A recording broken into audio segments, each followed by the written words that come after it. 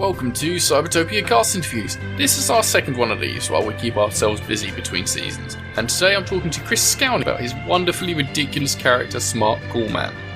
You may notice that when talking about the finale episode, Chris refers to it as bringing down the house. This is because when we played the sessions, I gave each group a different title, so the editing would be easier on my broken brain. But yeah, that's what the name was for the group who went through the sewers with the bomb robots. Why don't we start off nice and easy with, you can just introduce yourself and tell us who you played in Cybertopia. Thanks for having us, Ben. My name's Chris. I go by Scown online, and in Cybertopia I was playing the super cool hacker man by the name of Smart Coolman. Super cool. Maybe not so much on the smart side sometimes, but definitely super cool. I'd like to think I had some good ideas.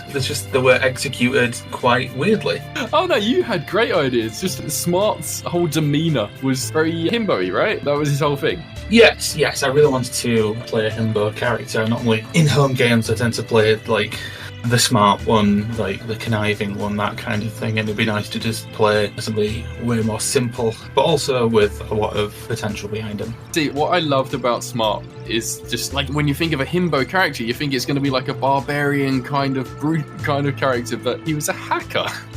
Yeah, it was like, you got to put a little twist on it, right? So, giving him that all of that gear where he was able to do a lot of hacking was really good. His skills of vibing and keeping it tight, which were loosely interpreted at times, I think, but yes, it meant that there was a lot of freedom in what Smart could do, even if he did use a lot of that time to flex and flirt with other characters. Now, obviously, like, this was a long time ago that we came up with Smart Coolman, right? It must be a year ago, maybe more. Do you remember where that theme came from for him, with the vibing and the skill names that you chose were very kind of loose verb kind of skills? Where did that come from? So it comes from a McElroy Brothers, the My Brother and Me podcast. It's quite an old episode where they used to they call them jumbotrons, where people could pay a little bit of money to get a shout out on the show. And one person spent a lot of money for the shortest one ever, which was basically saying to their friend, "Hey man, thanks for vibing and keeping it tight." And the McElboys have got a lot of mileage out of that one. I seem to recall seeing merchandise, like just browsing through their merch store and seeing that. And it's always stuck with me because it's such a silly little statement.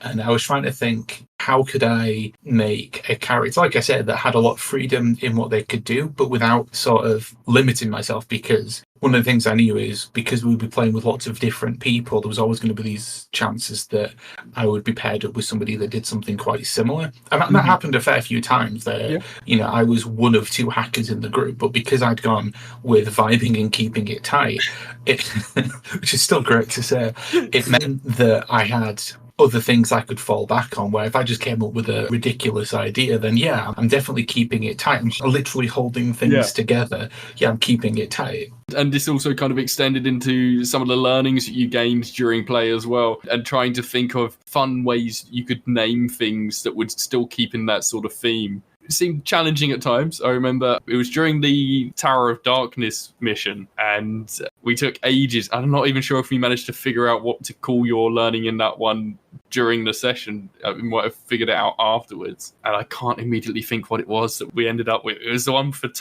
holding it together. That was it. Keeping it together, I think, is what we ended with. Yep. 2 spelled with the number 2 and then GETHA, together. Yeah, for sure. He was a very fun character, and I've had multiple people comment about how fun he was, and the skills and stuff just bring a whole different vibe to the game and the episode you're on. So do you have any favourite moments that you remember from your missions that you were in? I really enjoyed in the first episode, in the first couple of experimental procedures, just trying to act like I'd been wounded so we could go to the hospital, and it being this really nonsense thing of, like, it became incredibly flirty incredibly quickly, and I'm just trying to keep it, like, keeping it together, but trying to like keep up the facade of being hurt, but also knowing that at some point it's just going to have to pop off. And then later in the episode where it's time for things to get serious, and the triple, quadruple denim outfit just keeps getting ripped apart until it becomes basically just nothing. It was so silly, but it felt very fun just like coming up with that on the fly. Even just thinking of it just cracks me up. It was such a difficult episode to edit because I was laughing the whole time listening through. And you lot were laughing as well. Like, it was such a silly episode, but it came together so well. Like, the three of you and Morgan and Mark, with Morgan playing Zap and Mark playing Sarah Ingram, the three characters just bounced off each other so well. And it was an absolute riot. And I think that was like the second or third session that I recorded. And it set quite a level, I think, for the rest of the series. I really enjoyed that. I was a bit trepidatious about joining because I've never done anything like this before. I've never really joined groups. Well, I say I've never really joined groups online. Hey Ben, how did we meet? A group that got set up online. But it's kind of rare that I do that, and especially in terms of this recording it for a podcast, which is wild. So I was really nervous going into that. But you covered the nerves with silliness, so it's fine. Yeah. Like, knowing if I'm going to be the silly one, there's always going to be at least one straight man to that. And Mark was the perfect straight man to that. Like, Sarah Ingram just absolutely having no idea what to do when I refused a cup of tea and wanted like a coffee. Oh, yeah, no, that was great. And Mark being the non-English person, playing a very English gentleman kind of character. Brilliant. Very good. So, I don't know if you listened to all of the other missions, but are you aware of any other characters from other missions that you didn't play with that you're like, they sound really fun? I think it would go really well if they paired up with Smart in the future or anything like that. I remember listening to the train episodes and really enjoying those, but my brain's just completely wiped on who was even in those and what happened in those. But I remember listening and thinking it was really good.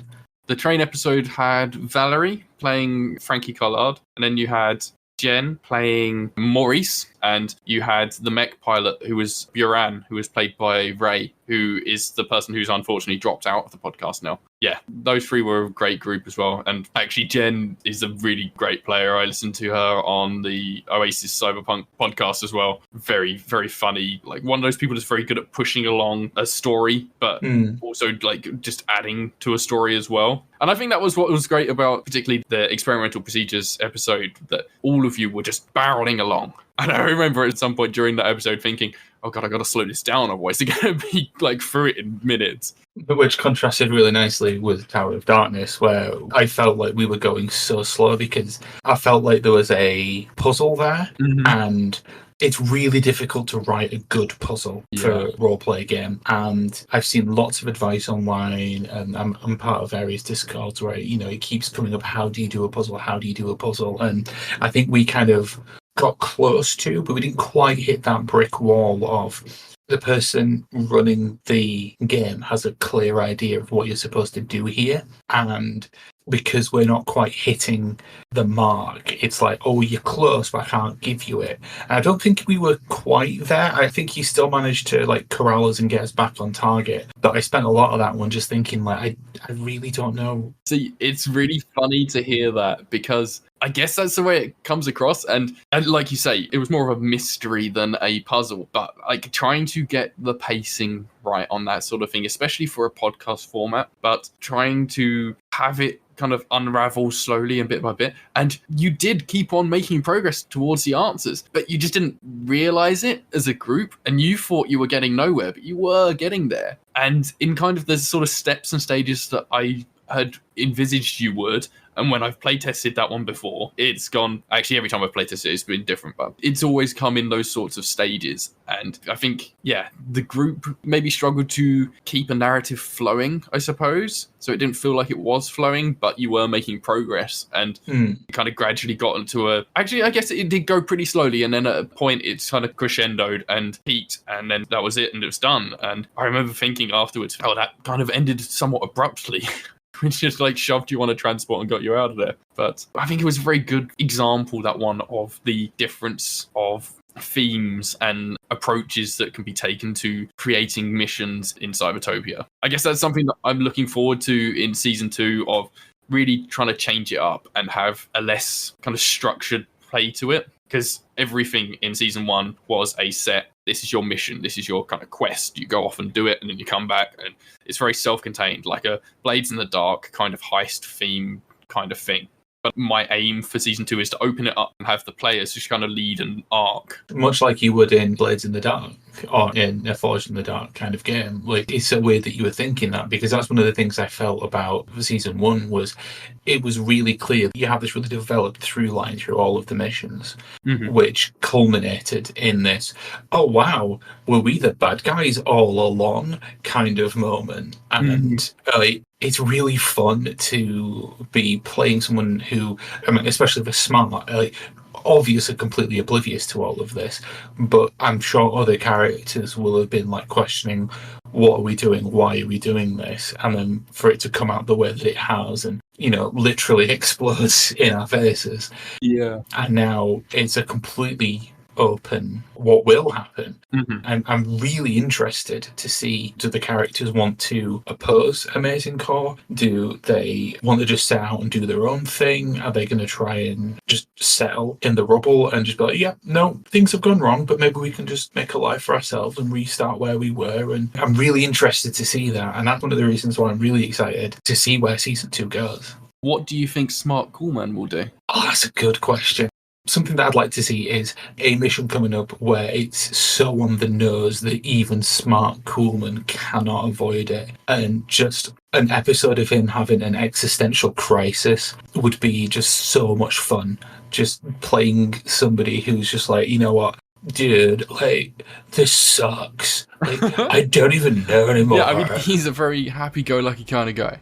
Like, even when you're trudging through the sewers, he was just, like, having the greatest time. And like arm wrestling with a robot that's full of explosives, and just having a grand time.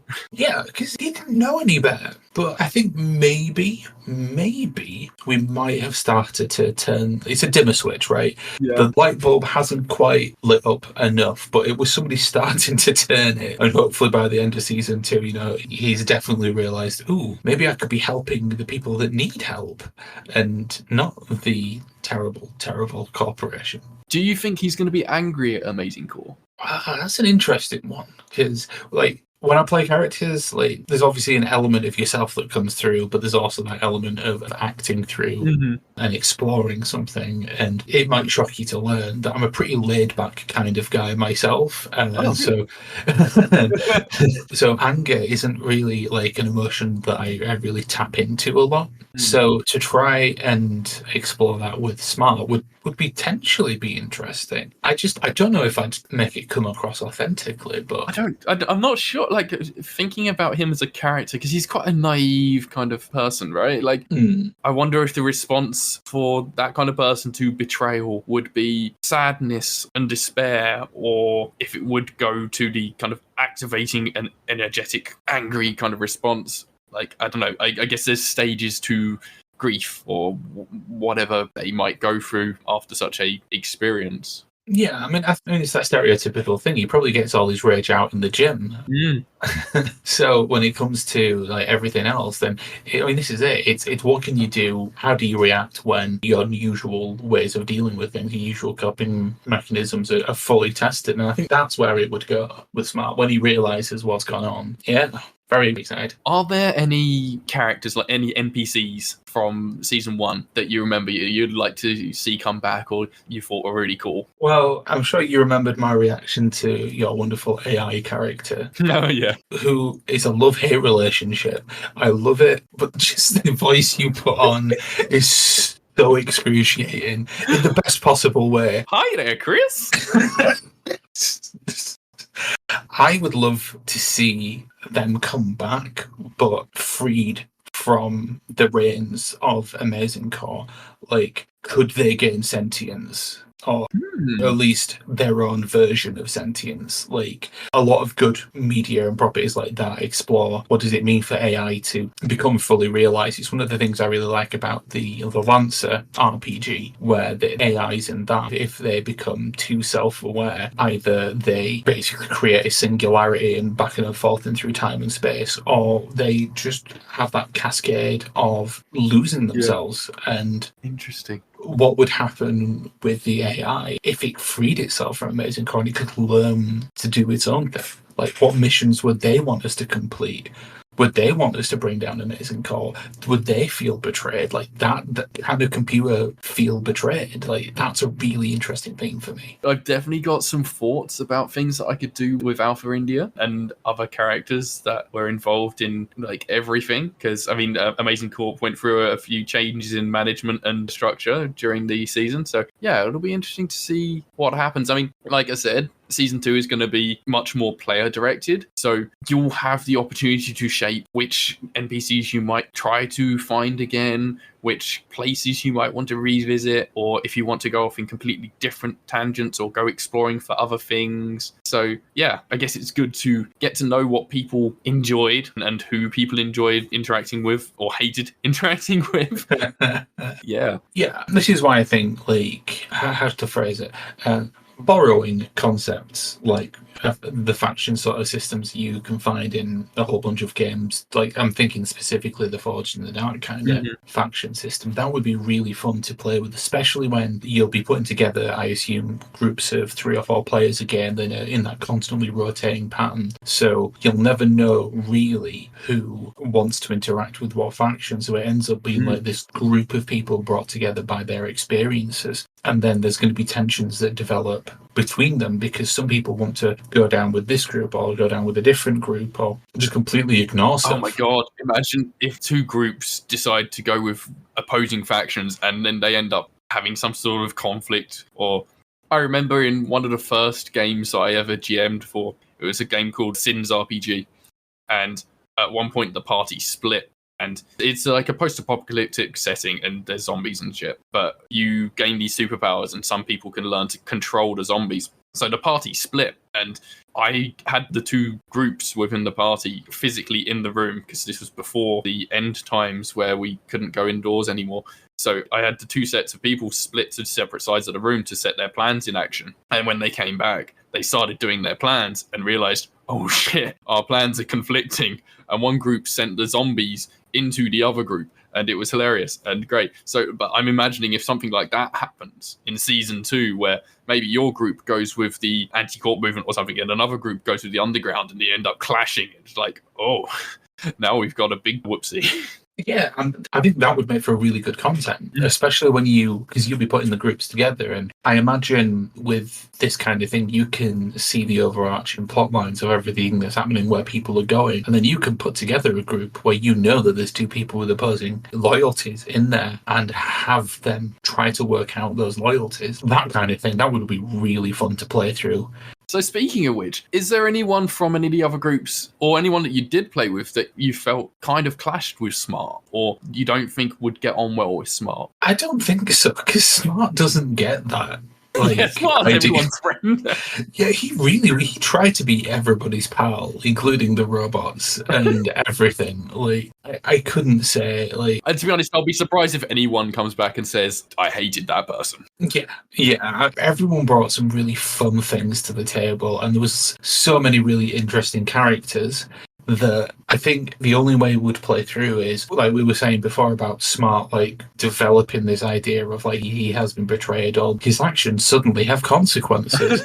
And that's where it'll be interesting, is coming together in groups and finding out what they've done and finding out narratively what they've done, because obviously I can listen back to the episodes, but Smart's not going to know what happens until somebody tells him. And then I'm a big fan of, playing the character as the information that has been told to them. It's why things like when in games where we've played together, I've always tried to write my notes from my character's point of view, as well as sort of doing generic notes that other people can read if they want to, because that way it makes it way more personal when you're reading it back and you it's remember more like a so diary much. of sorts. Like, it's way more fun to play it like that. Do you think that Smart would want to join one of the factions, or do you think he'd want to stay outside of the more structured groups of Cybertopia? If I'm being honest, I think Smart would probably go with the flow. So if he was in a group and everyone else is saying, oh, we should join the Free Earthers, or we should do what they're doing, he'd be like, yeah, cool, man. Like, let's just do what we got to do. Like, we got the mission right, and we'll do it, and then we'll go home and I'll sleep, and then, oh, look, like, today everyone's friends with the underground. Let's just have a party with them. We'll be fine. Yeah, no, he definitely is the go with the flow kind of guy, isn't he? Yeah, I mean, you're definitely giving me ideas for an actual arc. I think that's one of the difficulties, right? Was I like to play characters where they have an arc, even if it doesn't appear to anybody else. I will play them and I will try and change my character in response to what's happened. And it was quite difficult in a setting where it was here's a small number of very self-contained missions that you're not playing with the same people, so you can't bounce off the same kind of ideas. Whereas going into season 2, where it's paradoxical, right? Because it's a lot more open-ended, and you're still opening and playing with dots of different people, but. Well, I guess this is another thing that I'm potentially going to change with season 2 of, like, maybe you will interact with other groups and swap groups over time, but I'd like to see more stable groups for, like, you'll be with the same group for 4 or 5 sessions or something. So then you can really develop those interpersonal relationships with the other characters and have yourselves, your little arcs and your self-directed things. And maybe your decisions will cause you to cross over and split up and then meet up with other groups and stuff. Like I said, I'm going to leave it very much unstructured, so you'll be able to direct it a lot yourselves. I have no idea how this is going to work in the grand scheme of things. I have these ideas and how they're going to come together, and especially this is my first time running an actual play, and who knows how it's actually going to end up, but that's kind of the idea that I'm having at the moment anyway. Yeah, I mean, to say it's your first time running it, I think it's been an absolutely fantastic experience. You've really put together a really good group of people. The game has been such a blast to play. I remember doing like you invited us to do some play testing for you, and all the way through it's just been such a fun system to play through. Yeah, it has the beauty of I rolled a 20, or I rolled a 1, and you've got the fun that comes through experiencing those highs and lows, but you also get to really have this open-ended thing. It's one of the things that I'm not as big a fan of in games like Dungeons and Dragons, where sometimes you feel like you're locked into the skills that you have and you can't really do anything else, whereas we chose our skills and just completely made them up. And again, depending on how much you've gamed the system like I did, but I mean other players as well with their skills were able to utilize them in unexpected ways, and that was what really made the system fun, is seeing how creative people can be with what sounds like a limited thing, but suddenly being able to do a whole host of things because somebody's had a really good idea as to, well, when you say this, it's also synonymous for this. And suddenly you've just opened yourself up to a huge new range of adjectives that you can apply to the situation. Yeah, and I guess it extends even not just to the skills, but also to items. Like, if you can think of a weird way to use something, you can do it. Like, I don't know, if you, at some point, you come up with some wacky way to use your hacking hat to do something other than just wearing a hat, who knows? I mean, I guess the hacking hat was never used for hacking or anything. It was a confidence booster, so yeah. Yeah, it definitely was more of just, it was a cool hat. I'm fairly certain it was just a cool hat. Like, the classes were like night vision and hacking and like detective mode or whatever from video games, and there was the gloves with USB sticks in them. But the hat was just a hat. It was just a plain old hat. Yeah. So I guess this brings me on to another thing that I'm planning on changing in season 2, in that the amount of points that you can put into your skills and items are going to be dramatically reduced. So out of the things that you used during season 1, or out of anything you might think of, what would be like the signature things that you'd want to keep for Smart Coolman? Well, it's not so much an item, but he still has to wear as much denim as is physically possible in every single mission. I really enjoyed that aesthetic. He's not going to change it up now that he's like gone for a metamorphosis and turned into Leatherman or something.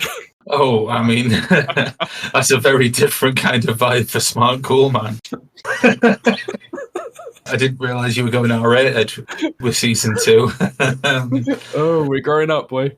I suppose that's kind of the thing, though, really. Like, his items were not that special. Like, other people did much more interesting things with theirs. So, like, I think he would probably want to downgrade where necessary. So the hat, it's just a hat. So instead of it being an item, it will just have to be a regular hat. and maybe instead of having those glasses, he just wears sunglasses. But having something to hack with is always going to be like really important, because it's not like Michael Jordan's secret sauce where the power was inside me all along. I don't think I can hack like that through the power. I mean, it depends. Like, the USB sticks were literally in your finger, right? So, I mean, they were in the gloves. It was within the gloves. It was just USB sticks and cables. It was a Nintendo Power Glove. Yeah, exactly. It was such a stupid character.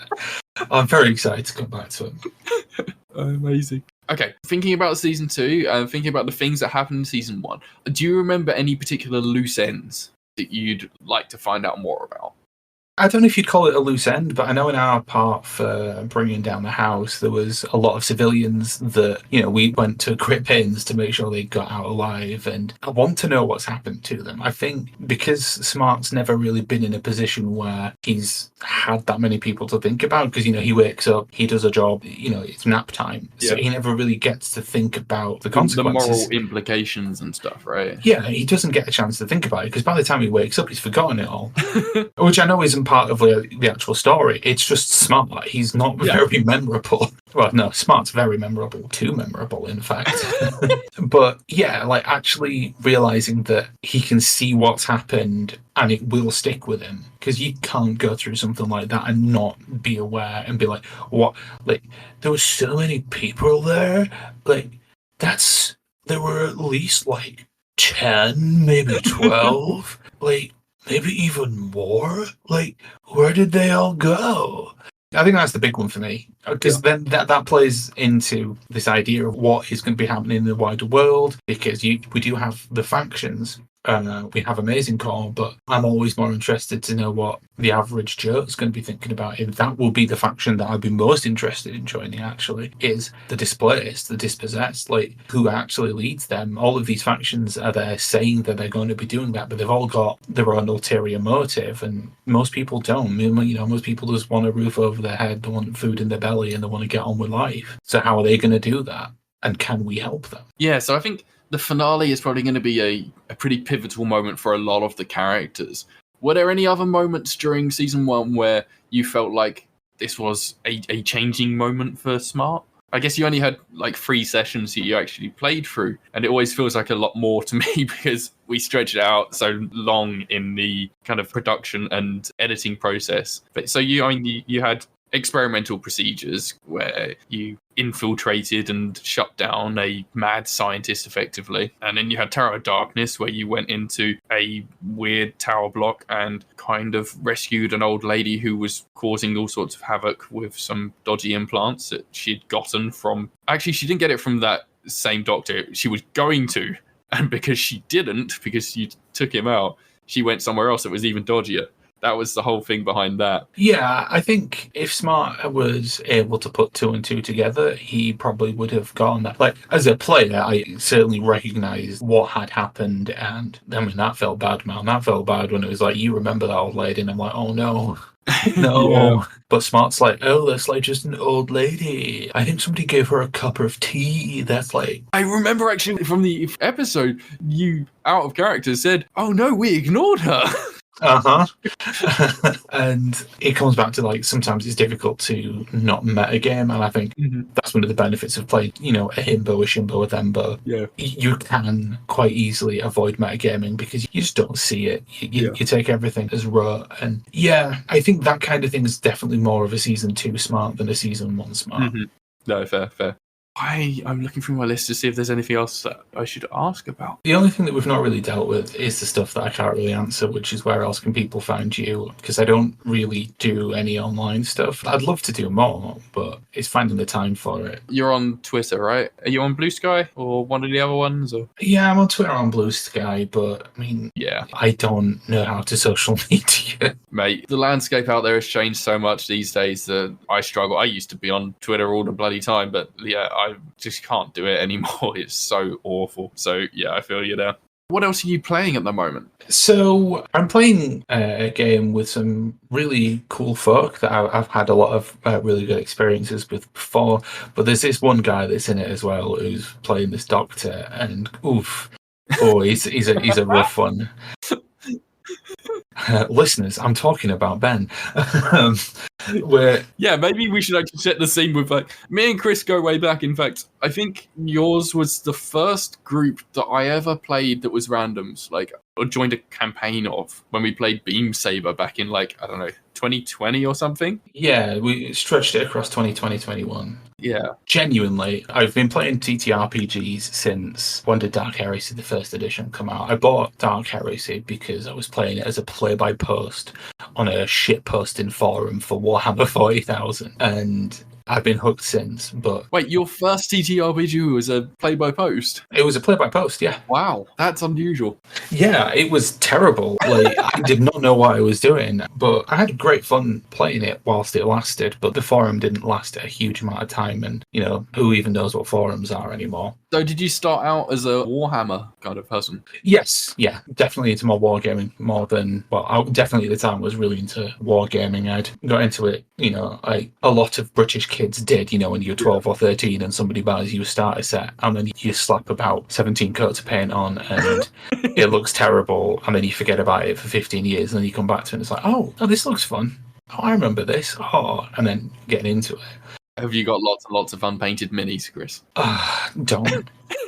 Don't. It's all right. Everyone does. Everyone that plays those games do. I have several unpainted armies. It's terrifying. Anyway, we're getting off topic. Yep, no, it's cool. So yeah, I bought the Dark Heresy book partly because I wanted to play online, but also because the group of people I spent a lot of time playing games with of Warhammer were interested in playing it, and we ended up with this rotating cast of GMs where we all had our own characters, and then suddenly for a couple of months one of our characters would be off doing a different thing so their player could be the GM, and it was chaos. None of us knew what we were doing. I was such a stickler for the rules because I didn't know what I was doing, and I have a very neurodivergent brain for that. If I don't know what I'm doing, I follow the rules, and it led to some really weird circumstances, and I learned a lot from it through the years. But yeah, so I mean that's where I started. I ended up picking up a group which still plays now. When I first moved to Doncaster, I found a comic book shop that had a small Facebook group about roleplay games, but nobody was playing, and I was kind of like, oh, is there any games that people are playing? And the owners of the shop were like, no, we don't have anybody to run any games. So do you want somebody to run some? I'll run some games. Yeah, let's put a group together. I'll run some games. And this was just after Humble Bundle, I think it was, had done a massive Pathfinder first edition bundle. Oh, yeah. So I'd picked up, as you do, especially in the earlier ones, it was something like 20 or 30 source books and campaign books, which at the time was good because their SRD online only had the rules. It didn't have any of the background. So we ended up doing this massive campaign, which was great fun. And then again, we started introducing this different GMs. We were playing different systems. So that was where I really started to cut my teeth, and that was good. It's another interesting choice, Pathfinder 1E, for your first big entree into that. Yeah, I played a little bit of it. The group that played Dark Heresy, we kept going for a little bit, and we played a few other games. We played Pathfinder. We played a little bit of Warhammer Fantasy 2nd Edition. Don't really recall if we played any other games off the top of my head. It took me a long time to actually get to proper D&D. Mm. And I've definitely had a very turbulent relationship with 5e. For a long time, I didn't really enjoy it, and part of that came down to, and this is no shade, I'm not going to mention any names, but the group that I'm in on a Thursday, one player was GMing a game of 5e, and we all got really lost in where they were taking the plot, and I think that soured my experience of the game, because I was like, I don't understand what we're doing, but what they ended up doing was kind of doing not a reset or a reboot or anything, but we took a break from it. They explained a lot of their thoughts and summarised what they understood the plot line to have been so far. And once they gave us that, it made a lot more sense. And going forward, we had a lot more fun with it. But something that really did get me back into thinking about 5e as a system was the McElroy brothers, bringing it back to the start with their Adventure Zone actual play. And I listened to all of Balance, which I think that first arc that they'd written had definitely been over, and they'd maybe moved over into Amnesty and were playing through that for a fair bit. But just seeing, like, hey, maybe you don't have to really pay attention to any rules when playing a game, because they were famously very lax. Some of their best moments in the entire game were just, one of the players has misread the name of a spell, and now I was just telling someone yesterday, it was my first actual play that I listened to, Taz. So yeah, balance was formative for a lot of people, I think. As much as a lot of people came into the hobby through Critical Role, Taz was really what brought me into it. I mean, Taz was there before Critical Role. Yeah. Really. I mean, Griffin McElroy, because he was working for Polygon at the time, had access to the 5e start box. So mine was a Found Delver. Like, we think of that now. What they very started with, and then it just completely went bonkers, like, before even getting to the end of the starter box, right? Yeah, but to us, like, it's just a starter box, but for them and the people listening at the time, it was completely new. People didn't know what it was.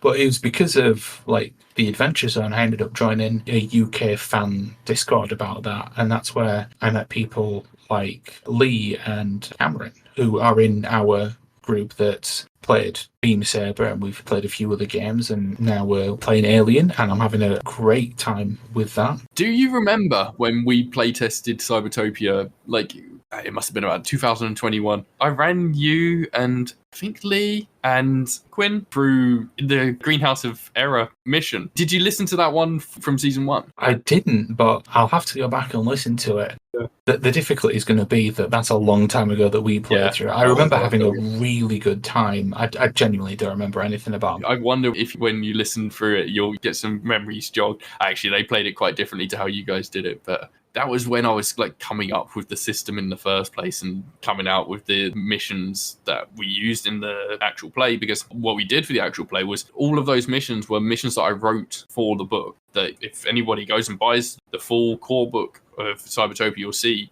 all of these missions laid out, and you'll see actually how we played them differently, or I changed certain details. And like, the finale mission is supposed to be for one group, and it's a lot smaller than what we had across the 4 groups that played it. So yeah, that's why I guess it all felt quite structured, and why it felt like I had a plan and a kind of narrative to take everyone through, because it was literally just written it down. And that's why I'm so excited for season 2, right? To get off of that track, to just let everyone loose and see where it ends up when it isn't what is written in a book. Oh yeah, for sure. Are you keeping tight-lipped on your Big Featherbone hack?